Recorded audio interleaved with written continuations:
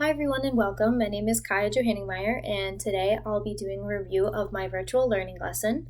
I did my virtual learning lesson over types of rocks, so I mostly focused on the definition of a mineral and how we can tell if something is a mineral. And then also we focused on the three types of rocks, so igneous, sedimentary, and metamorphic rocks.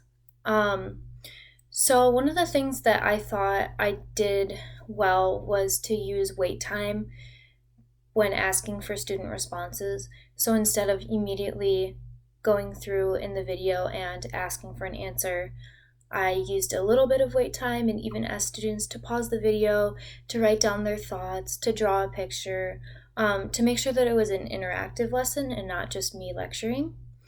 And then I also tried really hard to use student language.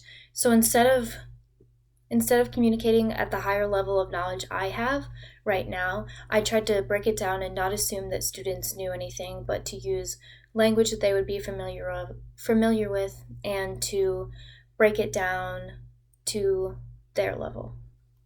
And then some improvements I think I could have made on my lesson would be to initially list out objectives.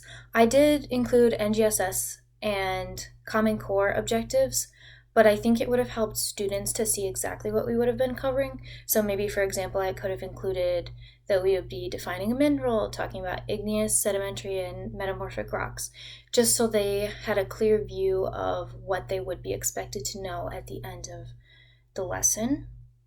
And then another thing I think I could improve on was to cover each topic equally.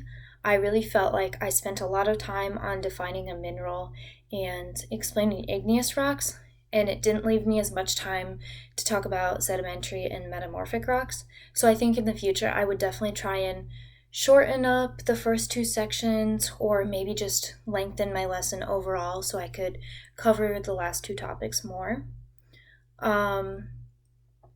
Some things I saw that my peers did that I really liked. I really liked their use of graphics and videos to pique student interest. I think that was super important that they did that and something that I'll definitely take note of in the future. It's really important to get your initial engagement with students, so that's definitely something I'd like to include. And then another thing I saw that I really liked was providing an overview or a summary at the end. So once again, students knew exactly what they were expected to know and what they might be quizzed on in the future. And what I learned about virtual learning was that it really provides a way for all students to access content. So maybe students aren't able to keep up in class, or they struggle with note taking, or they struggle to listen in class. Virtual learning allows them to pause the video, to replay the video, to take notes at their own pace. So I think that it's something that allows students to access content where they might not be able to regularly. I would love to use virtual learning in the future. I'll definitely consider that, and I would like to see how that plays out in my future classroom. Thank you.